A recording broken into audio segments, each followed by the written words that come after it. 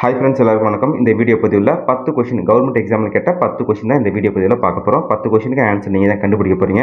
So அதனால் எந்த இடத்தையும் ஸ்கிப் பண்ணாமல் வீடியோவை தொடர்ச்சியாக பாருங்கள். ஓகே ஃப்ரெண்ட்ஸ், வாங்க நம்ம வீடியோக்குள்ளே போகலாம். கொஷின் 1. வேப்ப மாலை அணிந்த மன்னன் சேரன், சோழன், பாண்டியன், பல்லவன்.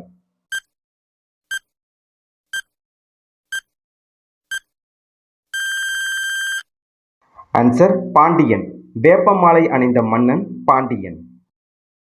கொஷின் 2.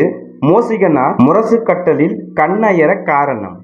குளிர்ந்த காற்று வீசியதால், நல்ல உறக்கம் வந்ததால், களைப்பு மிகுதியால், அரசன் இல்லாமையால்.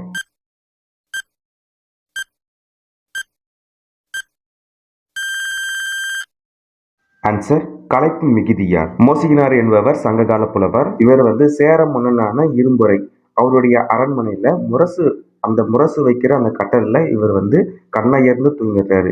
ஏன் தூங்குறாருன்னு பார்த்தீங்கன்னா, இவர் நெடுந்தூரம் நடந்து வந்ததுனால அந்த களைப்பு மிகுதியால் தூங்கிடுறாரு. முரசு வைக்கிற கட்டலில் இவர் தூங்கிட்டாருன்னு சொல்லிட்டு அரசர் கோவப்படல. அரசர் கவரி வீசுறாரு. கவரி என்பதன் பொருள் விசிறி. விசிறியால் அவருக்கு விசிறி விடுறாரு. இந்த தகவல் புறநானூற்றில் 50வது பாடலில் இருக்கு. கொஷின் 3. பரஞ்சோதி முனிவர் பிறந்த ஊர்.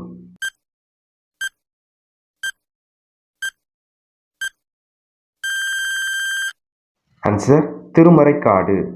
பரஞ்சோதி முனிவர் பிறந்த ஊர் திருமறைக்காடு. திருவிளையாடல் புராணத்தை எழுதியவர் பரஞ்சோதி முனிவர். கொஷின் 4. திருவிளையாடல் புராணம் காண்டங்களின் எண்ணிக்கை.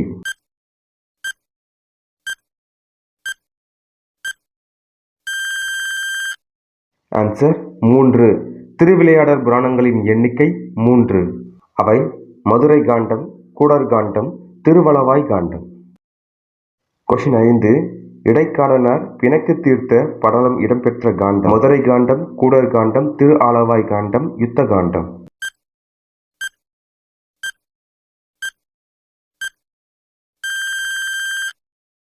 ஆன்சர் திரு ஆலவாய் காண்டம். இந்த கொஸ்டினுக்கான ஒரு சின்ன கதை ஒன்று சொல்லிடுறேன். இடைக்காடனார் என்பவர் கபிலரின் நண்பர். இவர் என்ன பண்றாரு அப்படின்னா, குசேல பாண்டியர் அவர்கிட்ட போயிட்டு தனது பாடலை பாடுறாரு. புலவருடைய பாடலுக்கு மன்னர் செவி சாய்க்காம அவர் கண்டுகொள்ளாம இருந்திருக்காரு. இடைக்காடனார் ரொம்ப மன உளைச்சலுக்கு ஆளாயிட்டாரு. சாமி கிட்ட போயிட்டு இந்த மாதிரி ஐயா இந்த மாதிரி ஆயிடுச்சு சொல்லிட்டு ரொம்ப வருத்தம் தெரிவிக்கிறாரு. இறைவன் என்ன பண்றாருன்னா, அவருடைய லிங்கம் அந்த உருவத்தை மறைச்சிடுறாரு. குசல பாண்டியன் தினமும் அந்த கோயிலுக்கு வர வழக்கம் இருக்கு. அந்த கோயிலுக்கு வந்தவொடனே லிங்கத்தை காணாம அவர் ரொம்ப இவருக்கமான கஷ்டப்படுறாரு. அதுக்கப்புறம் யோசிச்சு பார்க்கும்போது நம்ம இந்த மாதிரி செயல் செஞ்சுட்டோம்னு சொல்லிட்டு அதுக்கப்புறம் இடைக்காடனாருக்கு தக்க சன்மானம் தர. இடைக்காடனார் பிணக்கு தீர்த்த படலம் திரு ஆலவாய் காண்டம். கொஷின் 6. பரஞ்சோதி முனிவர் டேஸ் நூற்றாண்டை சேர்ந்தவர். 10ஆம் நூற்றாண்டு, 17ஆம் நூற்றாண்டு, 18ஆம் நூற்றாண்டு, 17ஆம் நூற்றாண்டு.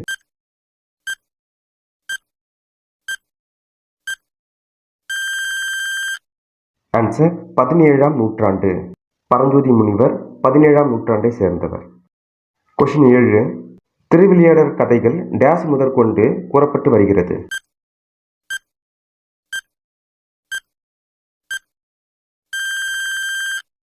ஆன்சர் சிலப்பதிகாரம். திருவிளையாடல் கதைகள் சிலப்பதிகாரம் முதற்கொண்டு கூறப்பட்டு வருகிறது. கொஷின் 8. கொற்கை என்னும் ஊர் அமைந்துள்ள மாவட்டம்.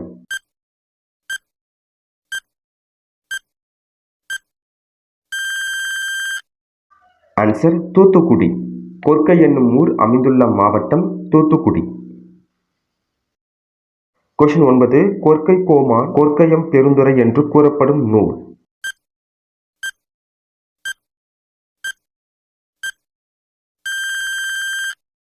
ஆன்சர் ஐங்குறுநூறு. கொற்கை கோமான் கொற்கையம் பெருந்துறை என்று கூறப்படும் நூல் ஐங்குறுநூறு. கொஷின் 10. தான் அறியாத ஒன்றை அறிந்து கொள்வதற்காக வினவுவது. அறிவினா, அறியாவினா, ஐயவினா, ஏவல் வினா.